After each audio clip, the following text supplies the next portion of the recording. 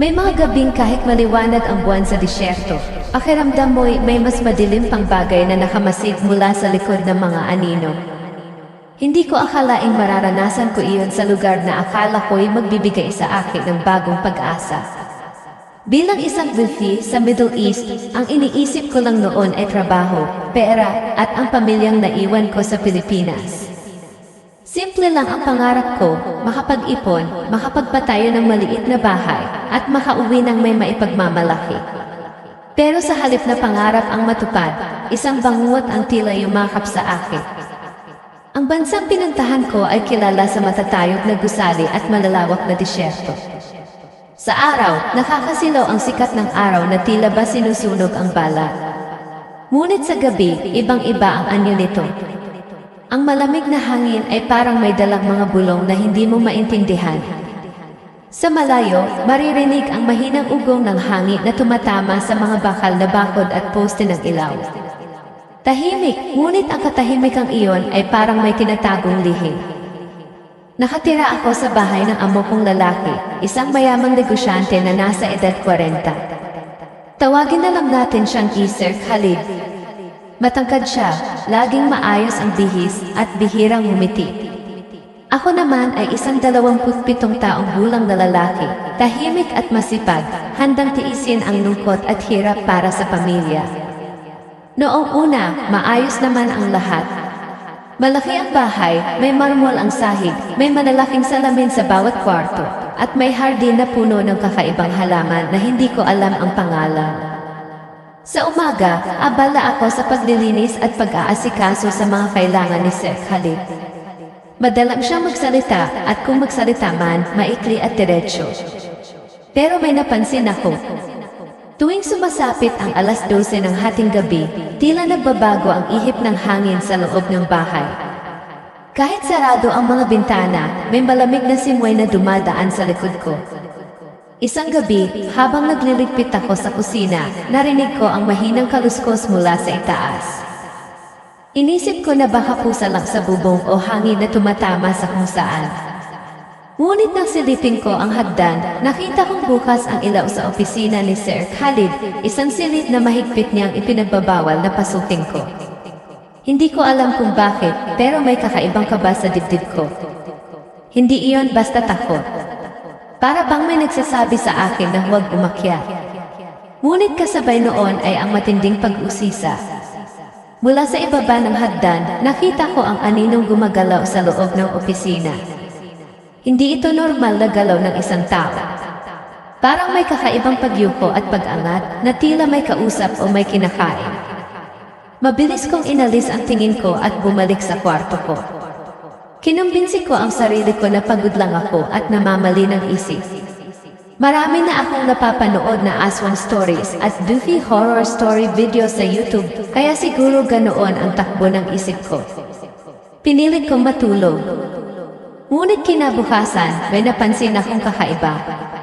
Sa basurahan sa likod ng bahay, may nakita akong piraso ng karne na tila hilaw pa. Hindi iyon pangkaraniwang karne mula sa palengke. May kakaibang amoy ito, hindi ko maipaliwanag, basta hindi normal. Nang tanungin ko si Sir Khalid kung may itinapon ba siyang sirang pagkain, malamig lang niya akong tiningnan. Do not touch what is not yours, ang sabi niya sa mababang boses. Simula noon, mas naging mapagmatsyag ako. Tuwing gabi, sinisigurado kong nakakandado ang pinto ng kwarto ko. Ngunit kahit nakalock, may mga pagkakataong nagigising ako sa pakiramdam na may nakatayo sa labas. Isang aninong hindi gumagalaw, nakamasid lang. Isang gabi, hindi ko na napigilan ang sarili ko. Alas 12 na naman at naririnig ko na naman ang kaluskos sa itaas. Tahimik akong lumabas ng kwarto at dahan-dahang umakyat sa hagdan. Bawat hakbang ko ay parang may katumbas na tibok ng puso ko. Pagdating ko sa tapat ng opisina, bahagyang nakabukas ang pinto. Sumilip ako. Ang ilaw ay dim, halos kulay dilaw na. Sa gitna ng silid, nakatalikod si Sir Khalid. Ngunit ang postura niya ay hindi normal. Nakayuko siya sa mesa at tila may hawak. May naririnig akong parang mahinang ungol, hindi malinaw kung tao ba o hayop. Biglang tumigil ang lahat. Dahan-dahan siyang tumuwid. Ngunit sa pagtayo niya, napansin kong parang mas matangkad siya kaysa dati. O baka dahil sa paraan ng pagkakatayo niya, baluktot ang likod, bahagyang nakausli ang mga balikat. Unti-unti siyang lumingon. Hindi ko nakita ng malinaw ang mukha niya dahil sa ilaw na nakatalikod sa akin. Ngunit sapat na ang nakita ko para manginig ang tuhod ko. Ang mga mata niya ay tila kumikislap sa dilim at ang ngiti, hindi iyon normal na ngiti ng tao. Mabilis kong isinara ang pinto at tumakbo pababa. Halos madapa ako sa hagdan. Pagpasok ko sa kwarto ko, agad kong nilock ang pinto at tinakpan ang ulo ko ng kumot, parang batang natatakot sa multo. Kinabukasan, parang walang nangyari. Maayos siyang nakaupo sa mesa habang nagkakape. Normal ang itsura niya, maayos ang buhok, malinis ang damit at kalmado ang mukha. Ngunit may napansin ako sa kanyang leg. May bahagyang marka na parang gasgas o parang may tumubong kung ano na pilit niyang tinatakpan ng kwelyo. Lumipas ang ilang araw na puno ng pagdududa. Naisip ko nang umuwi sa Pilipinas, pero hindi ganoon kadali para sa isang tip. May kontrata akong kailangang tapusin. May pamilya akong umaasa. At higit sa lahat, kailangan ko ng sagot.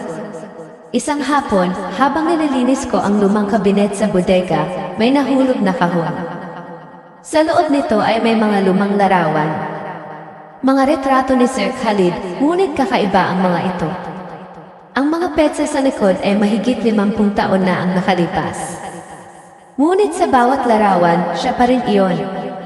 Parehong mukha. Parehong anyo. Walang pagbabago. Nanlamig ang buo kong katawan. Hindi possible ayon. Habang hawak ko ang mga litrato, may naramdaman akong presensya sa likod ko. Mabagal akong lumingon. Nakatayo si Sir Khalid sa may pintuan ng bodega. Tahimik. Nakangiti. At sa unang pagkakataon, nakita kong malinaw ang kanyang mga mata, may kakaibang kislap, parang hindi sa tao. Curiosity, sabi niya sa mahinang boses, is dangerous. Sa sandaling iyon, doon ko naitanong sa sarili ko ang isang bagay na hindi ko gustong sagutin. Paano kung totoo ang mga kwento tungkol sa aswa? Paano kung hindi lang sa Pilipinas may ganitong nilalang? At higit sa lahat, paano kung ang amo ko sa Middle East, ang taong pinaglilingkuran ko araw-araw, ay hindi talaga tao? Hindi ko alam kung paano ako makakatakas. Hindi ko alam kung may makapapaniwala sa akin. Ngunit isang bagay ang sigurado, simula ng gabing iyon, pakiramdam ko'y hindi na ako basta empleyado sa isang malaking bahay sa disyerto. Para akong alaga. At habang sinusulat ko ito, naririnig ko na naman ang mabagal na hakbang sa labas ng aking kwarto. Huminto ito sa mismong tapat ng pinto. May aninong dumilim sa ilalim ng siwa. At saka ko narinig ang mahinang bulong, hindi ka pa pwedeng umalis. Hindi ako nakatulog ng gabing iyon. Ang mga hakbang sa labas ng pinto ko ay hindi agad nawala. Ilang minuto o baka oras, akong nakatitig lang sa aninong nakikita ko sa ilalim ng siwa. Hindi ito gumagalaw. Hindi rin ito kumakatok.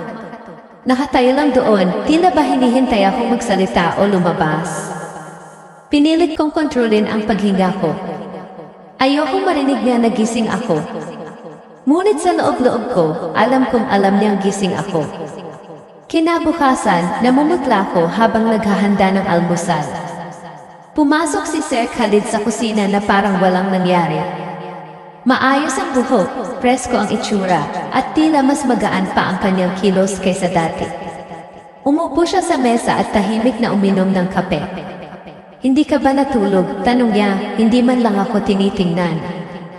Okay lang po ako, sir, sagot ko, pilit na steady ang boses. Saglit siyang tumingin sa akin. May kung anong kakaiba sa titig niya, parang sinusuri niya kung hanggang saan na ang alam ko. Lumipas ang mga araw na mas naging mabigat ang pakiramdam ng bahay. Ang mga salamin sa hallway ay tila mas madilim ang refleksyon. Minsan, habang naglilinis ako, napapansin kong may aninong dumadaan sa likod ko, pero kapag lumingon ako, wala namang tao. Akala ko noong una ay epekto lang ng pagod at kaba. Pero isang hapon, may nangyari na hindi ko kayang ipaliwanag. Nagpupunas ako ng malaking salamin sa sala nang biglang may nakita akong refleksyon sa likod ko. Si Sir Khalid nakatayo malapit sa hagdan. Ngunit ang refleksyon niya ay hindi tugma sa totoong kilos niya. Sa salamin, nakayuko siya ng bahagya at tila mas mahaba ang mga braso. Ngunit nang mabilis akong lumingon, tuwid naman siyang nakatayo. Normal ang postura. Pagbalik ko ng tingin sa salamin, wala na ang kakaibang anyo. Napaatras ako at muntik pang mabitawan ang basahan.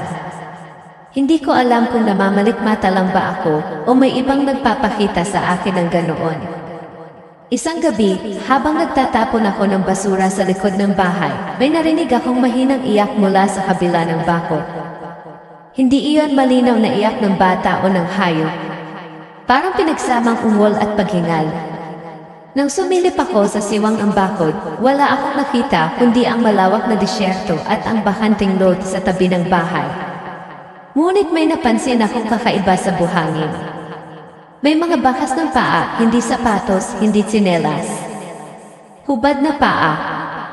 Ngunit ang hugis ay hindi pangkaraniwan. Mas mahahaba ang mga daliri at mas malalim ang pagkakabaon sa buhangin na tila ba mabigat ang naglakad doon. Kinabukasan, wala na ang mga bakas. Doon ko naalala ang kwento ng dati kong kasamang Buffy sa Pilipinas bago ako umalis. May nakausap daw siyang kababayan na dati ring nagtrabaho sa parehong lungsod. Hindi niya nabanggit ang eksaktong address, pero pareho ng lugar, isang pribadong subdivision sa gilid ng syudad, malapit sa disyerto. Ayon sa kwento, may mga nawawalang kasambahay na hindi na nakauwi ng Pilipinas. Ang sabi ng agency, umalis daw ng kusa. Pero wala namang malinaw na record ng pag-uwi. Noon, hindi ko pinansin ang kwento. Marami namang chismis kapag vika. Pero ngayon, iba na ang pakiramdam. Isang tanghali, naglakas loob akong pumunta sa maliit na tindahan ilang kanto mula sa bahay. Doon akong madalas bumibili ng tinapay. Ang may-ari ay isang matandang lalaki na lokal, siguro nasa 60 na. Hindi siya gaanong nagsasalita pero mabait. Habang nagbabayad ako, napansin niyang nanginginig ang kamay ko. "You work in that big white house?" tanong niya sa mahinang Ingles. Tumango ako. Saglit siyang tumahimik sa kabahagyang lumapit. "Many workers. Come and go. Too fast." Lumilipat po siguro ng trabaho, sagot ko, kahit alam kong hindi iyon ang gusto niyang ipahiwati. Umiling siya. "No goodbye. No luggage." Nanlamig ako. "What do you mean?" Ngunit umatras siya at nagkunwaring may inaayos sa estante. "Be careful at night," bulong niya bago ako tuluyang makaalis. Pagbalik ko sa bahay, mas naging mabigat ang hangin. Parang alam ng bahay na may nalaman ako. Nang gabing iyon, mas maaga akong pumasok sa kwarto ko at siniguradong doble ang kandado. Bandang 1:00 ng madaling araw, nagising ako sa tunog ng mahinang pagkatok. 3 beses. Dahan-dahan. Hindi ako gumalaw. Muling kumatok. Mas malakas ng kaunti. Open, pamilyar na boses ang narinig ko mula sa labas. Boses ni Sir Khalid. "I need water." Alam kong may sarili siyang banyo at maliit na kusina sa loob ng kanyang kwarto. Bakit siya hihingi ng tubig sa akin? Hindi ako sumagot. Ilang segundo ang lumipas at biglang tumahimik ang lahat. Maya-maya, narinig ko ang mabagal na paglakad palayo. Ngunit hindi iyon ang pinaka nakakatakot. Pagtingin ko sa ilalim ng pinto, wala na ang anino. Ngunit may nakita akong patak. Isang madilim na likido na tila tumulo mula sa kabilang panig papasok sa sahig ng kwarto ko. Hindi ito malinaw na tubig. Mas makapal ito at mas mabagal gumalaw. Hindi ko nilapitan. Kinabukasan, tuyo na ang sahig. Walang marka. Parang walang nangyari. Habang naglilinis ako ng opisina niya isang umaga, na ngayon pinapayagan na niya akong pasukin, kapag nandoon siya, napansin ko may malaking lumang aparador sa sulok. Bahagyang nakaawang ang pinto nito. Sa loob, may mga lumang libro at kahon. Ngunit sa likod ng mga iyon, may nakita akong piraso ng tela na pamilyar ang disenyo. Kinuha ko ito. Uniforme iyon ng isang domestic worker, parehong-pareho ng sa akin. May maliit na tahi sa gilid na karaniwang nilalagay ng agency para sa identification. Bago ko pa maunawaan ang nakita ko, narinig ko ang boses niya sa likod ko. Looking for something. Dahan-dahan akong lumingon. Nakatayo siya sa pintuan ng opisina. Hindi galit ang mukha niya. Hindi rin siya nakangiti. Mas nakakatakot ang ekspresyon niyang iyon, blanco. Nililinis ko lang po, sir, sagot ko, ibinabalik ang tela sa loob ng aparador. Lumapit siya at isinara ang pinto. You are curious again. May diin ang bawat salita. Sorry po. Tinitigan niya ako ng matagal. Parang may iniisip siya kung ano ang susunod niyang gagawin. Do you believe in old stories? Tanong niya bigla. Hindi ako agad nakasagot. In every land, patuloy niya, there are creatures people pretend are monkey. But do I kickstart from something real? Napalunok ako. Lumapit siya ng kaunti, sapat para maamoy ko ang kakaibang halimuyak na hindi ko maipaliwanag, hindi pabango, hindi dugo, hindi hayop. Isang bagay na luma at malamig. You Filipinos have what do you call it, tea? Bahagya siyang umiti. Aswang. Napatigil ang mundo ko sa sandaling iyon. Hindi ko alam kung paano niya nalaman ang salitang iyon. Hindi ko kailanman nabanggit sa kanya ang mga kwento sa amin. Stories travel, bulong niya. Sa unang pagkakataon, naramdaman kong hindi lang ako basta minamasdan. Parang pinag-aaralan niya ako, ang takot ko, ang pagdududa ko, ang bawat kilos ko. At doon ko naisip ang isang posibilidad na mas nakakatakot kaysa sa pagiging aswang niya. Paano kung hindi lang siya ang kakaiba sa bahay na ito? Paano kung ang lugar mismo, ang lupa, ang hangin, ang mga pader, ay may matagal ng tinatagong lihim? Simula ng gabing iyon, mas malinaw kong naririnig ang mga tunog sa kisa. Hindi na ito simpleng kaluskos. Parang may mabibigat na bagay na gumagapang sa itaas, kahit wala namang atik ang bahay. At minsan, habang naglalakad ako sa hallway, may nararamdaman akong malamig na daliri na tila dumadampi sa batok ko, ngunit paglingon ko, walang tao. Hindi ko pa alam ang buong katotohanan. Hindi ko pa kayang patunayan kung ano talaga si Sir Khalid. Pero isang bagay ang sigurado, hindi ako ang unang nakaramdam nito. At baka hindi rin ako ang huling mawawala. Simula nang banggitin niya ang salitang iyon, aswang ki parang may nabuksang pinto na hindi ko na maisara. Hindi na lamang ako natatakot sa gabi. Kahit sa umaga, habang sumisikat ang araw sa malawak na disyerto, pakiramdam ko'y may nakaambang panganib. Lalong lumalala ang sitwasyon ko dahil hindi na ako makakain ng maayos at halos hindi na makatulog. Kapag nakapikit ako, paulit-ulit kong nakikita ang refleksyon niya sa salamin, iyong bahagyang nakayuko, parang may ibang anyo na pilit nagtatago sa loob ng katawan niya. Isang umaga, napansin kong may mga gasgas ang loob ng pinto ng kwarto ko. Hindi iyon dati naroon. Parang may matutulis na bagay na kumayod mula sa labas papaloob. Sinubukan kong isipin na baka luma na ang kahoy, pero malinaw ang mga marka, 4 na magkakapantay na guhit pababa. Hindi ko iyon ipinakita kay Sir Khalid. Sa halip, kumuha ako ng maliit na screw at bahagyang hinarangan ang pinto sa loob para kahit papaano'y mas matibay ang lock. Pero sa gabi ring iyon, nagising ako sa tulog ng mabagal na pag-ikot ng doorknob. Hindi malakas. Parang sinusubukan lang kung nakasara. Hindi ako gumalaw. Ilang minuto ang lumipas at tumigil ang pag-ikot. Ngunit bago tuluyang mawala ang presensya sa labas, narinig ko ang mahinang paglanghap, parang may umaamoy sa siwang ng pinto. Doon ko napagtanto na hindi lang ako basta minamasdan. Parang sinusubukan niya ako. Habang tumatagal, mas naging kakaiba ang mga utos niya sa akin. Dati simpleng paglilinis at pagluluto lang. Ngayon, pinapapunta niya ako sa likod bahay tuwing dapit hapon para maghukay ng lupa sa isang bahagi ng hardin. Wala siyang paliwanag kung bakit. Basta ang sabi niya, kailangan daw lagyan ng bagong pataba ang mga halaman. Ngunit ang lugar na pinapahukay niya ay malayo sa mga tanim. Isang bahagi iyon na puro buhangin at halos walang tumutubong halaman. Habang naghuhukay ako, may napansin akong kakaiba sa ilalim ng lupa. Hindi bato. Hindi rin ugat. Isang bagay na mas matigas at bilog. Tumigil ako at dahan-dahang hinukay ang paligid. Butas ang lupa at mula roon ay may bahagyang nakausling buto.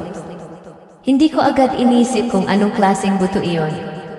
Pinilit kong isipin na baka buto ng hayop, baka may inilibing na kambing o aso noon. Ngunit nang mas maalis ko ang buhangin, nakita ko ang kurba na masyadong pamilyar. Parang bungo. Napaatras ako at nabitiwan ang pala. Sa sandaling iyon, naramdaman kong may nakatingin sa akin. Pag-angat ko ng ulo, nandoon si Sir Khalid sa may terrace, nakamasid.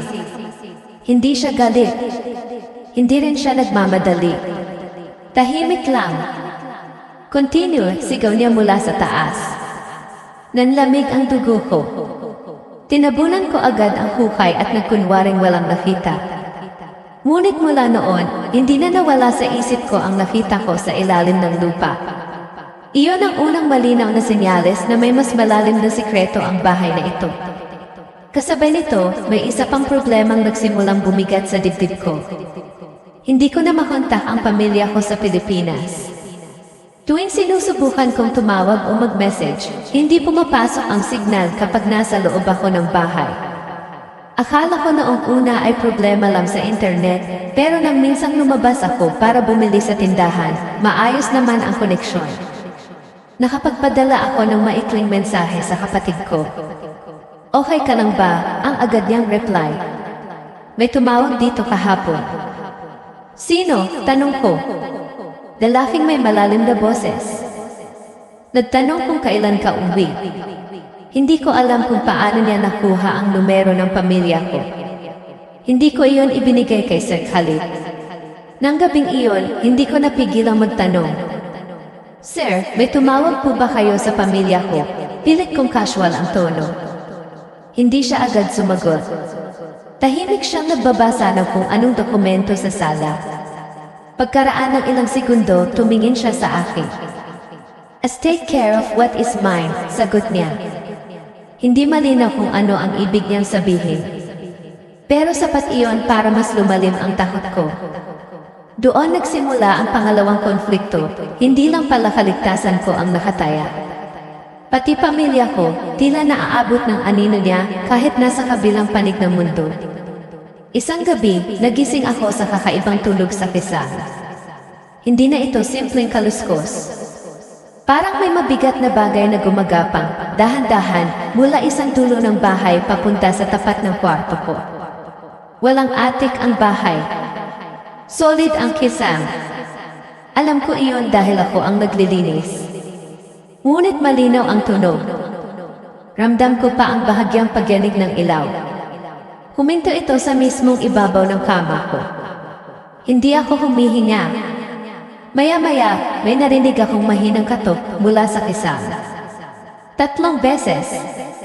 Parang sagot sa 3 katok sa pinto noong nakaraan. Unti-unting may lumitaw na manipis na bitak sa pintura ng kisame.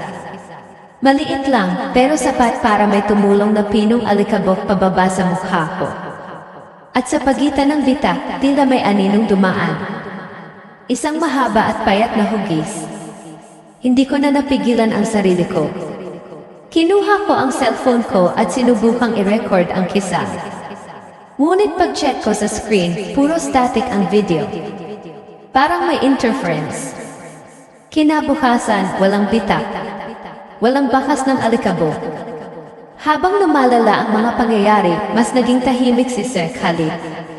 Ngunit may mga sandali na nahuli ko siyang nakatitig sa akin mula sa malayo, hindi bilang amo sa empleyado, kundi parang magsasaka sa alagang hayop na pinatataba. Isang hapon, may dumating na delivery sa bahay.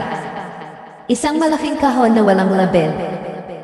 Ako ang inutusang magbuhat papasok. Mabigat ito, ngunit walang kalansing ng metal o galaw ng laman sa loob. Parang puno ng buhangin o lupa. Do not open, utos niya. Ngunit nang iwan niya ako sa sala, may narinig akong mahinang tunog mula sa loob ng kahon. Isang paghinga. Hindi malakas. Hindi rin malinaw kung tao o hayop. Pero may ritmo. Napaatras ako at hindi ko na sinubukang buksan. Makalipas ang ilang oras, wala na ang kahon. Hindi ko alam kung saan niya dinala. Ngunit nang dumaan ako sa hardin kinagabihan, may bagong bahagi ng lupa na tila bagong hukay at tinabunan. Mas lalo akong napaisip sa buong nakita ko noon. Ilang tao na ba ang nagtrabaho rito bago ako? Ilan sa kanila ang nagduda? At ilan ang tuluyang nawala? Sa bawat gabi na lumilipas, mas nararamdaman kong kumikipot ang mundo ko. Parang unti-unting pinutol ang koneksyon ko sa labas, walang maayos na signal, walang malinaw na sagot, at walang mapagkakatiwalaan. Isang beses, naglakas loob akong mag-impact ng ilang gamit. Plano kong tumakas kinabukasan habang nasa trabaho siya sa labas. Ngunit paggising ko, bukas ang maleta ko. Maayos na nakatiklop muli ang mga damit ko sa loob ng kabinet. At sa ibabaw ng kama, may isang pirasong papel. Isang maikling mensahe, sulat kamay, "You are safer here." Hindi ko alam kung iyon ba'y banta o babala. Sa gabing iyon, habang nakaupo ako sa kama at iniisip kung may pag-asa pa ba akong makatakas, may narinig akong kakaibang tunog mula sa ilalim ng sahig, parang may mahinang pagtapik mula sa ibaba. Hindi mula sa kisam. Hindi mula sa pinto. Kundi mula sa lupa. 3 tapik. Sumagot ako nang hindi ko namamalayan, 3 tapik din sa sahig gamit ang paa ko. Sandaling katahimikan. Pagkatapos may mahinang boses. Hindi malinaw ang salita, pero parang may bumubulong mula sa ilalim ng bahay. At sa unang pagkakataon, may pumasok sa isip ko na mas nakakatakot kaysa sa pagiging aswang ng amo ko. Paano kung may iba pang buhay o kung anuman iyon na nakakulong sa ilalim ng lupang iyon?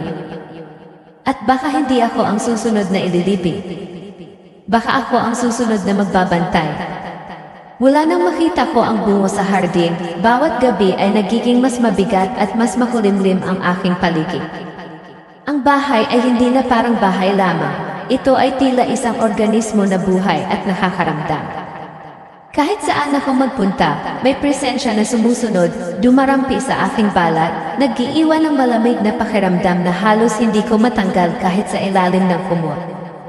Ang mga tunog sa kisame, sa sahig, at sa dingding ay hindi lamang simpleng kaluskos, parang may mga mata na nakamasid sa bawat hakbang ko. Kahit sa ilalim ng shower, ramdam ko ang malamig na ihip sa likod ng aking leeg. Parang may nakatayo at nakatingin, pero paglingon ko, wala. Walang bakas, walang dahilan. Ang katahimikan ay nagiging mas masalimuot kaysa sa pinakamalakas na ingay. Isang gabi, nakatulog ako ng bahagya, ngunit nagising ako sa tunog ng bintana na dahan-dahang kumakaluskos. Mabilis kong buksan ang mata at nakita ko na may malabong anino sa labas. Isang tao. Hindi ko mawari. Ang mga mata nito ay nagkikislapan sa dilim, hindi maliwanag ngunit malinaw sa aking paningin. Nang subukan kong tumakbo palabas ng kwarto, tila may invisible na pader na humaharap. Kahit anong lakad ko, bumabalik din ako sa mismong punto kung saan ako nakatayo. Para bang pinapasok ako sa isang loob, walang labasan, walang kandungan. Sa bawat gabi, mas nagiging masalimuot ang paligid. Ang ilaw mula sa terrace ay tila kumikilos mismo, kumikislap at nababago ang direksyon sa hindi inaasahang paraan. Isang gabi, habang naglilinis ako ng sahig, napansin ko na ang refleksyon ko sa salamin ay hindi tugma sa galaw ko. Habang ako'y nakatitig sa salamin, ang refleksyon ko ay nakayuko. Ang mga mata ay nakatitig sa akin na walang emosyon. Hindi ko maintindihan kung paano iyon nangyari, pero ramdam ko ang malamig na takot na parang sinasakal ang dibdib ko. Ang bawat hakbang ko ay may katumbas na kabog sa dibdib. Bawat paghinga ay parang pinapansin ng isang nilalang na mas matagal pa sa akin sa bahay. Isang gabi, hindi ko na napigilan ang curiosity. Bumaba ako sa kusina upang tingnan ang paligid. Ngunit nang magsilip ako sa terrace, nakita ko ang amo ko na si Sir Khalid na nakatayo sa dilim. Parang walang buhay, ngunit buhay ang aura. Hindi niya ako tiningnan sa mata. Sa halip, ang katawan niya ay parang naglalabas ng anino. Parang may mas malalim na anyo sa loob niya na hindi ko kayang ipaliwanag. Maya-maya, napansin ko na ang mga halaman sa hardin ay gumalaw kahit walang hangin. Parang may kumikilos na anino sa pagitan ng mga dahon. Hindi ko alam kung panaginip lang ba iyon o realidad. Habang tumatagal, ramdam ko na wala na akong matatakbuhan. Kahit sa kwarto ko, kahit sa labas, kahit sa hardin, may presensya na laging nakamasid, palaging nakadikit. Ang mga gabi ay nagiging mas maikli, hindi dahil sa pagtulog kundi dahil sa takot na tumambad ang anumang hindi maipaliwanag na nilalang. Ang bawat tunog, bawat anino, bawat ihip ng hangin ay may kasamang pangamba. Hindi ko na rin maikaila na bawat galaw ni Sir Khalid ay may kahulugan, parang sinusubukan niyang sanayin ako, bagay alagaan at bantayan ng sabay. Isang hapon, habang nag-aayos ako ng mga gamit sa kusina, may narinig akong mahinang tinig mula sa sahig ng silid. Hindi malinaw ang salita, parang bulong lamang, pero ramdam ko ang intensyon. Tumigil ako sa pag-aayos at nakinig. Maya-maya, may narinig akong paalala sa di malay ko, 3 beses nakaluskos, dahan-dahan. Parang may gustong iparating sa akin. Ngunit sa bawat titig ko sa paligid, wala akong makita. Ang mga mata ko ay humahanap, ang isip ko ay naglalaro ng lahat ng posibilidad, mga anino, mga espiritu, o baka ako na mismo ang naipit sa kakaibang laro ng bahay. Kinabukasan, may naramdaman akong kakaibang pagbabago sa katawan ni Sir Khalid. Ang mukha niya ay tila mas matagal na nakatingin sa akin. Ang mga mata niya ay mas nagkikislap sa dilim. Minsan, habang hindi ako nakatingin, naramdaman kong parang tinuturo niya ako sa ibang direksyon, mga lihim na bahagi ng bahay na hindi ko pa napapansin. Ngunit kapag lumingon ako, tila normal na tao lang siya. Hindi ko alam kung naglalaro siya sa akin o may tunay na bagay na tinatago. Sa bawat hakbang ko sa hallway, ang mga salamin ay parang may sariling buhay. Minsan, may nakikitang kakaibang silweta sa likod ko. Minsan, may mga mata sa refleksyon na hindi akin. Ang dingding ay parang humihinga, may bahagyang pag-uga sa bawat sandali. Ang bawat sandali na naiisip ko ay normal, may kasamang abnormal na karanasan. Pakiramdam ko, mas lumalaki ang mundo ng misteryo sa bawat paggalaw ko. At sa gitna ng lahat ng iyon, napansin ko na may isang malalim na pattern sa bahay. Bawat gabi, may bagong bakas na lumilitaw, mga bakas ng paa sa hardin na hindi pangkaraniwan, mga marka sa pinto, bahagyang gasgas sa sahig, at mga maliliit na anino sa mga sulok ng kwarto. Lahat ay nag-ugnay sa isang bagay na hindi ko pa alam, isang misteryo na mas malaki kaysa sa akin, mas malalim kaysa sa kayang ipaliwanag ng isip ng tao. Isang gabi, habang nakaupo sa kwarto ko at sinusubukang huminga ng normal, may narinig akong tunog mula sa kisame, mula sa ilalim ng sahig, at mula sa dingding ng sabay. Hindi ko alam kung saan magtatakbo. Ang bawat galaw ko ay may kasamang kaba. Kahit anong lihim o silid na iniisip ko na matatakbuhan, tila walang lugar na ligtas. Ang bahay ay naging isang malaking labyrinth, isang tanikala na parang nakakulong sa akin. Ang bawat pinto, bawat silid, bawat kisam ay may sariling paraan ng pag-abot sa akin. Hindi ko na rin maikaila na ang mga pangyayari ay nagbabago ng pananaw ko sa realidad. Ang takot ay hindi lamang pisikal. Ito ay mental at emotional. Ramdam ko na may mas malalim na puwersa na nakatago sa paligid. Hindi ko lang nakikita, ramdam ko, at unti-unti, parang hinuhubog nito ang isip ko, ang galaw ko, at ang bawat desisyon ko. Ang takot ay nagiging gabay, hindi lang karanasan. At sa bawat sandali, isang tanong ang paulit-ulit na bumabalik sa aking isip, hanggang kailan ako makakatakas sa presensya na ito? Hanggang kailan ako makakahanap ng kanlungan? At higit sa lahat, sino o ano ba talaga si Sir Khalid? Hindi ko pa alam ang buong sagot. Ngunit isang bagay ang malinaw, sa bahay na ito, sa lugar na ito, sa ilalim ng mga bitak at sa bawat anino, hindi ako nag-iisa. At baka hindi na ako pwedeng umalis. Hindi ko na maipaliwanag ang pakiramdam ko ng gabing iyon. Halos bawat segundo ay parang may nakamasid sa akin, hindi lang si Sir Khalid, kundi isang presensya na mas matagal pa sa akin sa bahay. Ang mga tunog ay sabay-sabay, kisame, dingding, sahig, parang may buhay na ang buong estruktura, at ako'y nakatali sa gitna ng kanyang mata.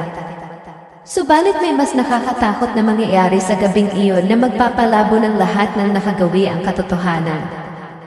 Habang naglalakad ako sa hallway, may napansin akong kakaiba sa salamin sa dulo ng koridor.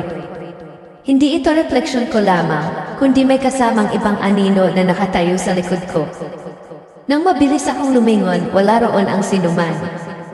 Ngunit sa paglingon ko sa salamin, lumalabas ito muli, isang kakaibang silhouette ng isang nilalang na hindi tao, hindi rin hayop, may matatalim na daliri at mahabang braso. Ramdam ko ang lamig ng kanyang presensya, halos bumagsak ang aking dibdib sa takot. Sa loob ng kusina, habang sinusubukan kong huminga ng normal, napansin ko ang mga piraso ng papel na nakakalat sa ibabaw ng mesa. Luma at kulay dilaw na dokumento, may sulat kamay na hindi ko agad maintindihan. Ngunit isa sa mga papel ang nagbigay ng kakaibang sindak sa akin. Larawan ng bahay, eksaktong ganoon, ngunit may mga marka ng dugo sa sahig, mga bakas ng paa na tila may sukat ng tao, ngunit mas mahaba ang daliri. Sa ibaba ng litrato, may nakasulat na pangalan, mga pangalan ng dating kasambahay, pero ang pinakakakaiba ay may petsa. Higit 50 taon na ang nakalipas. Hindi ako nakapaniwala. Ipinagdiinan ko sa isip ko, hindi pwede. Hindi totoo. Pero sapat na iyon para pakiramdam ko ay nakatali ako sa isang timeline na mas malaki kaysa sa aking kakayahan. Lahat na nangyari sa akin, lahat na nabanggit sa mga lumang kwento ng Vicky, at mga nawawalang tao, tila may katibayan sa dokumentong iyon. At doon, sa isang sandali ng paninikip ng dibdib, biglang lumitaw si Sir Khalid sa pintuan ng kusina. Ngunit iba siya. Ang mukha niya ay malamlam, halos parang pinutol ang liwanag sa paligid niya. Ngunit ang kanyang mga mata, may kakaibang kislap na hindi lang nakatutok sa akin, kundi sa buong silid. Hindi niya ako nilapitan. Hindi siya gumalaw. Ngunit ramdam ko ang presensya niya, parang naka-attach sa akin, parang bawat hakbang ko ay sinusubaybayan kahit hindi niya ito pisikal na ginagawa.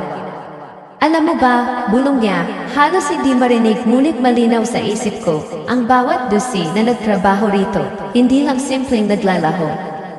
Naparam ako. Ang boses niya ay nagdulot ng panginginig na hindi ko maipaliwanag. Ano po ibig niyo sabihin, sir? Pilit kong tinawag sa mahinang boses.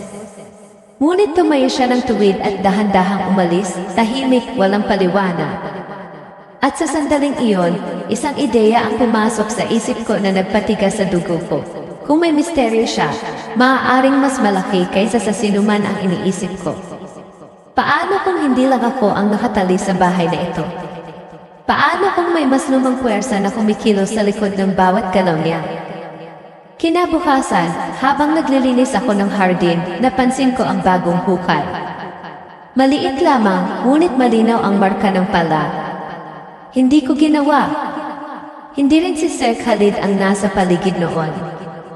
Ang lupa ay basa pa rin sa ulan ng nakaraang gabi, kahit walang ulan. Ramdam ko ang malamig na halimuyak ng lupa at isang kakaibang tinig, parang nagbubulong mula sa ilalim. Habang nakaluhod ako sa hukay, may napansin akong piraso ng tela na pamilyar. Isang piraso mula sa lumang uniforme ng Biggie, parehong disenyo sa akin, parehong tahi sa gilid. Ngunit ang marka ay mas luma, halos lutang na. At sa likod ng piraso ng tela, may isang pangalan, hindi ang akin, kundi ng isang dating kasambahay na wala na sa listahan ng agency. Pumikit ako, sinusubukan na kontrolin ang kaba. Ngunit sa bawat segundo, naramdaman ko ang mas matinding presensya sa paligid ko, hindi lang sa bahay, hindi lang sa hardin. Parang ang buong paligid ay buhay, nakamasid, nakabantay sa bawat galaw ko. Kung ano ang nangyari sa kanila ay pwede ring mangyari sa'yo. Bulong sa isip ko, tila hindi mula sa kahit sino sa paligid kundi mula mismo sa lupa at hangin. At sa pagkakataong iyon, may tumunog sa aking cellphone. Pagbukas ko, isang mensahe mula sa hindi kilalang numero, alam namin kung nasaan ka. Huwag subukang tumakas. Hindi ko alam kung sino ang nagpadala, ngunit sapat iyon para maramdaman ko na wala akong matatakbuhan. Ang pinto, kisame, dingding, bawat silid, lahat ay tila nakamasid, nakatali at kumukontrol sa bawat galaw ko. Kinabukasan, habang nagluluto ako ng almusal, may naramdaman akong dahan-dahang haplos sa aking balikat. Paglingon ko, walang tao. Ngunit sa salamin sa tabi, nakita ko si Sir Khalid, nakayuko, nakatingin sa akin, nakangiti ng bahagya, ngunit ang mukha niya ay hindi katulad ng dati. Ang mata niya ay tila naglalaman ng mga alaala ng bawat desi na nagtrabaho rito, bawat nawawalang kaluluwa, at tila iniimbak ang bawat galaw ko sa kanyang isip. Kung ikaw ang nasa sitwasyong ito, naisip ko habang humihinga ng mabigat, ano ang gagawin mo? Ang puso ko ay mabilis na tumitibok, ang isip ko ay nag-iikot sa lahat ng posibilidad. Hindi lang ito tungkol sa takot. Tungkol ito sa buhay at kaligtasan, at sa bawat galaw ko, alam kong may mas malakas at mas matagal na puwersa sa paligid. Habang lumalala ang mga gabi, nagkaroon ng isa pang revelasyon. Isang lumang diary ang nahulog mula sa itaas na kabinet sa opisina ni Sir Khalid. Binuksan ko ito at natuklasan ko ang mga tala na higit 50 taon na ang nakalipas.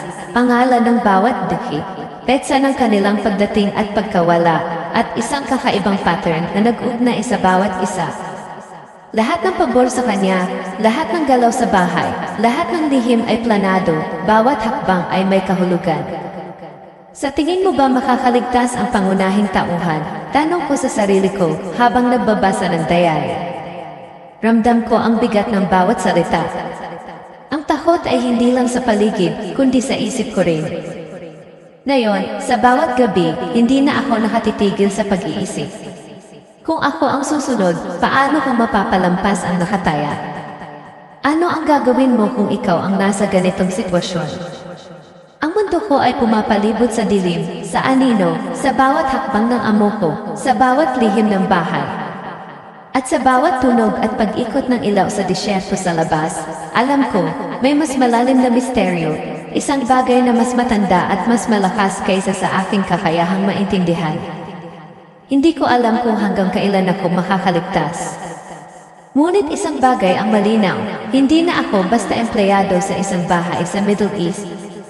Ako ay naging bahagi ng isang misteryo na higit pa sa lahat ng aking naiisip.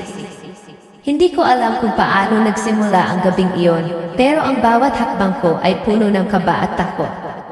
Ramdam ko ang presensya sa paligid, hindi lang ni Sir Khalid kundi ng lahat ng bagay sa bahay. Ang mga pader, kisame, sahig, at kahit ang hangin ay tila nakikisabay sa galaw niya. Alam ko na ngayon, walang pinto ang ligtas, walang silid na mapagtataguan. Ang bawat pintuan ay parang nagiging hangganan ng aking takot at kaligtasan. Habang nakatayo ako sa gitna ng hallway, naramdaman ko ang malamig na haplos sa aking balikat. Paglingon ko, wala roon. Ngunit sa salamin sa harap ko, nakita ko siya, Sir Khalid. Nakayuko, nakatingin sa akin, ngunit ang mata niya ay may kakaibang kislap, parang naglalaman ng 5 dekada ng lihim, mga nawawalang bigi, at bawat galaw ko. Ramdam ko na hindi lang ako basta empleyado. Ako ang susunod na bahagi ng misteryo ng bahay. Bigla, may narinig akong tunog mula sa ilalim ng sahig. mga maliliit na hakbang, mabilis at sabay-sabay, parang kumakaway sa akin. Hindi ko alam kung ano iyon, ngunit sapat na iyon para huminto ang bawat paghinga ko. Ang puso ko ay kumakabog nang hindi ko kayang kontrolin. Alam ko, kung mailalakad sa ilalim ng lupa at may nakamasid sa itaas, wala akong pwesto na ligtas. Dahan-dahan, lumapit ako sa isang pinto na dati ay hindi ko binubuksan, ang lumang opisina ni Sir Khalid. Sa bawat hakbang ko, mas tumitindi ang tunog sa kisame, parang bumabagsak ang bawat kabog ng puso ko sa paligid. Nang buksan ko ang pinto, nakita ko ang isang lumang kabinet na nakatayo sa sulok. Ngunit kakaiba, ang likod nito ay tila hindi natatapos, parang may butas na papunta sa madilim na lagusan. Pumasok ako at sa unang sandali, ramdam ko ang init at lamig na sabay. Ang bawat hakbang ko ay tinutugunan ng malamig na hangin, parang may humahabol sa akin. Maya-maya, narinig ko ang mahinang boses ni Sir Khalid mula sa likod, hindi ka makakaalis. Ngunit sa halip na takot, may nagising na lakas sa loob ko. Hindi ko alam kung saan nanggaling, pero alam ko, ito na ang pagkakataon ko. Tumakbo ako papunta sa madilim na lagusan, bawat hakbang ay may kasamang alon ng kaba at adrenaline. Ang kisame ay parang bumabagsak, bawat anino ay gumagalaw, bawat tunog ay nagiging halimaw sa isip ko. Sa dulo ng lagusan, may pinto na tila nakahiwalay sa realidad ng buong bahay. Binuksan ko ito, at sa liwanag na bahagyang pumapasok, nakita ko ang isang silid na puno ng lumang kagamitan, mga lumang damit, at mga larawan ng mga guhit. Lahat sila nawawala. Ngunit isa ang nakakuha ng atensyon ko, larawan ko, ngunit may tinik sa mata, parang nakaukit sa madilim na lihim ng bahay. Biglang pumalik si Sir Khalid sa likod ko, mabilis at tahimik. Tumayo siya ng tuwid, at ang presensya niya ay nagbago, hindi na tao lamang, kundi parang halimaw na nakabalot sa anyo ng amo ko. Ang mga mata niya ay nagkikislap, ang mga braso ay tila mas mahaba, at ang mukha niya ay nagbago, parang halo ng tao at nilalang na hindi ko maintindihan. Hindi mo malalaman ang katotohanan, bulong niya sa akin, ngunit ramdam ko ang init ng boses sa dibdib ko, hindi sa tenga. Hanggang hindi mo tinatanggap ang bahay, hindi ko na pinigilan ang sarili ko. Tumalon ako, tinulak siya sa gilid at dali-daling lumabas ng silid. Ngunit bawat hakbang sa hallway ay parang sinusundan ng anino, hindi lang niya, kundi ng buong bahay. Parang bawat pader, bawat kisam ay may mata, bawat hagdan ay may kamay. Ramdam ko na kung ano man ito, hindi ako basta makakalabas ng hindi nakikipaglaban. Mabilis akong tumakbo palabas ng bahay, ngunit biglang bumagsak ang pinto sa likod ko, malakas, parang mailakas na hindi tao. Tumigil ako, huminga ng malalim, at saka nakita ang isang lumang diary na nasa sahig. Binuklat ko ito, at natuklasan ko ang lihim. Bawat dusi na nawala, isinakripisyo upang panatilihin ang presensya ng bahay at ang kapangyarihan ni Sir Khalid. Ngunit may puwang sa tala, isang puwang na pwedeng punan ng sinuman na mailakas ng loob. Alam ko ang kailangan kong gawin. Hindi na ako pwedeng takasan lamang. Kailangan kong harapin siya. Bumalik ako sa loob ng bahay, dahan-dahang lumapit sa terrace. Doon, nakatayo siya, tila naghihintay sa akin. Ngunit sa pagkakataong iyon, may nagising na kakaibang lakas sa loob ko, isang pakiramdam na hindi ko alam na mayroon ako. Kung talagang ako ang susunod, bulong ko sa sarili ko, hindi ako papayag. Tumayo ako, hinawakan ang lumang palo sa hardin bilang sandata at hinarap siya. Sa bawat hakbang ko, ang presensya niya ay lumalapit, ngunit ramdam ko rin ang sariling lakas ko na lumalakas. Maya-maya, nagkaroon ng isang flash ng liwanag, ang lahat ng anino sa paligid ay kumilos sabay, parang nagkaroon ng sariling kamalayan. Ngunit hindi ko pinigilan ang sarili ko, sa halip, humarap ako sa presensya niya ng buong tapa. Biglang nagbago ang eksena, ang katawan ni Sir Khalid ay parang nabuo sa maraming anino, bawat isa ay sumisiksik, bawat isa ay may nakaligtas na kwento. Ngunit sa loob ng mga anino, may nakikitang liwanag, isang pagkakataon para sa akin. Huminga ako ng malalim, tinutok ang palo, at sa isang mabilis na galaw, hinagis ko ito, at sa kababalaghan ng sandali, ang katawan niya ay naghiwa-hiwalay, parang bumalik sa anyong tao. At ang presensya na nakatali sa bahay ay tila nawala sa dilim. Ngunit bago pa man ako makapagpahinga, may nakita akong isang piraso ng papel na bumagsak mula sa kisam. Binasa ko, at sa aking paningin, isang pangalan ang nakasulat, mayroon pa ring isa. Hindi ko alam kung sino iyon o kung nasaan. Ngunit ramdam ko, ang misteryo ay hindi pa tapos at ang bahay ay patuloy na buhay, naghihintay sa susunod na galaw ng sinuman na papasok dito. Ngunit sa sandaling iyon, nakaramdam ako ng kalayaan. Hindi ganap, ngunit sapat para maramdaman ko, nakaligtas ako, kahit pansamantala, sa nakakatakot na presensya ni Sir Khalid at sa matagal ng nakatagong lihim ng bahay. Ang bawat hakbang palabas ng bahay ay may kasamang adrenaline at kaba, ngunit sa wakas, naramdaman ko ang simoy ng hangin, ang liwanag ng buwan at ang posibilidad ng bukas. Ngunit sa isip ko, isang tanong ang nananatiling paulit-ulit, sino o ano ang susunod na haharapin sa akin? At sa mga manunood, iniwan ko kayong mag-isip, ano ang gagawin mo kung ikaw ang nasa ganitong sitwasyon? Makakaligtas kaya ang pangunahing tauhan? Makalipas ang gabing iyon ng pakikibaka, ramdam ko ang kakaibang katahimikan sa bahay. Hindi na kumikilos ang bawat anino sa hallway, at ang malamig na haplos sa balat ko ay tila nawala. Ngunit hindi ko maipaliwanag ang bigat sa dibdib ko. Ang bawat paghinga ay paalala ng mga nakalipas na linggo, ng bawat hakbang na ginawa ko sa dilim, at ng bawat lihim na aking natuklasan. Habang naglalakad ako sa terrace at nililingon ang buong paligid, napagtanto ko na ang bahay ay hindi nagbago, ang liwanag, ang mga pader, ang mga tanim sa hardin ay normal na sa unang tingin. Ngunit sa loob ko, ramdam ko ang marka ng presensya na nagbago sa akin magpakailanman.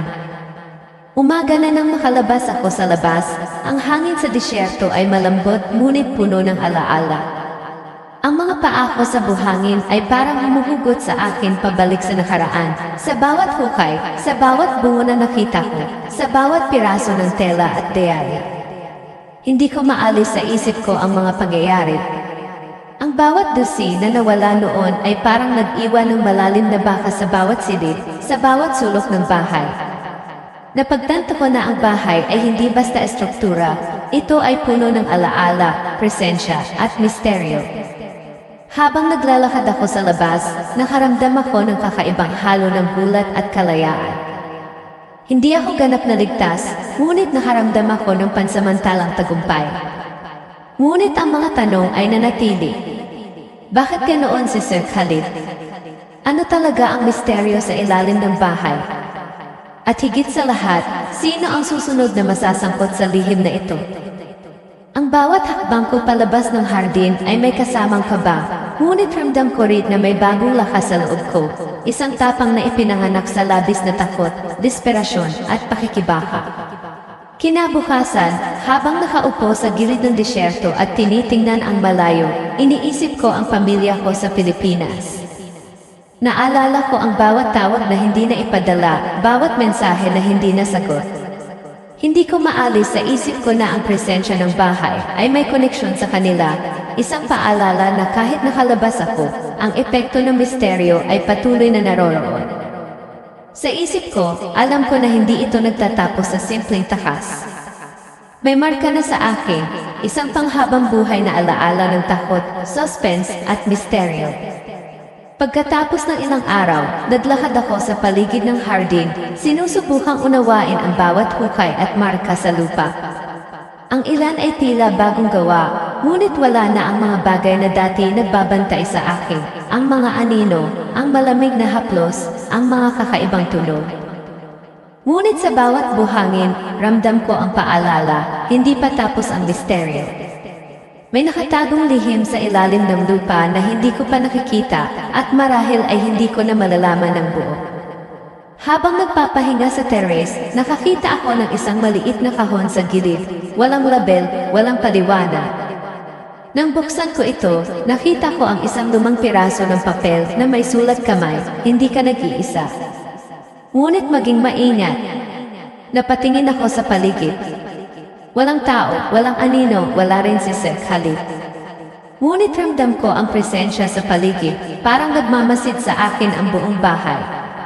Hindi ko alam kung ito ba ay babala o simpleng paalala, ngunit sapat iyon para kumaba ang puso ko muli. Sa gabing iyon, habang natutulog ako, muling naramdaman ko ang malamig na haplos sa balat ko. Ang mga mata ko ay tumingin sa kisam, at sa loob ng maikling sandali, nakita ko ang liwanag na kumikislap sa gilid ng kwarto. Isang anino ang dumaan sa gilid, mabilis, halos hindi ko na nasundan. Ngunit sapat iyon para muling bumalik sa isip ko ang takot, ang suspense, at ang misteryo. Hindi ko alam kung ano iyon, ngunit alam ko, ang bahay ay patuloy na buhay sa sarili nitong paraan. Sa mga sumunod na araw, nagpasya akong mag-focus sa aking sarili at sa pagbuo ng lakas para sa hinaharap. Alam ko na ang karanasan ko ay magbabago sa akin magpakailanman. May mga gabi pa ring puno ng kaba at alaala, at tuwing tumitingin ako sa hardin, napapaisip ako kung may bagong hukay o bagong presensya na nagbabantay sa mga lihim. Ngunit sa bawat paghinga ko, natutunan ko rin ang kahalagahan ng tapang, diskarte, at ang katotohanan kahit sa pinakamadilim na sitwasyon, may paraan upang mabuhay at lumaban. Ngunit bago matapos ang araw, may huling nakakakilabot na pangyayari. Habang naglalakad ako sa gilid ng terrace, napansin ko ang isang maliit na anino sa dulo ng hardin, mabilis at may kakaibang anyo. Nang tumingin ako, parang may mata ang anino, nakatingin sa akin, at bago ko pa nasabi ang kahit ano, nawala ito sa loob ng dilim. Ang puso ko ay kumabog, ngunit alam ko na may naiwan na marka, isang paalala na ang misteryo ay patuloy, at ang presensya ng bahay ay hindi ganap na nawala. Pinatigil ko ang paghinga, tinitingnan ang paligid, at iniwan ang tanong sa isip ng bawat manonood, ano ang susunod na mangyayari? Sino ang makakasunod? At higit sa lahat, sino ang tunay na may kontrol sa misteryo ng bahay na iyon? Sa puntong iyon, iniwan ko ang kwento sa hangin, nakakabit ang suspense, ramdam ang takot, at bukas ang posibilidad para sa mas maraming lihim at sikwel. Kung ikaw ang manonood, iniwan ko kayong mag-isip, ano sa tingin mo ang nangyari sa bahay pagkatapos kong umalis? Gusto mo bang malaman ang susunod na kabanata?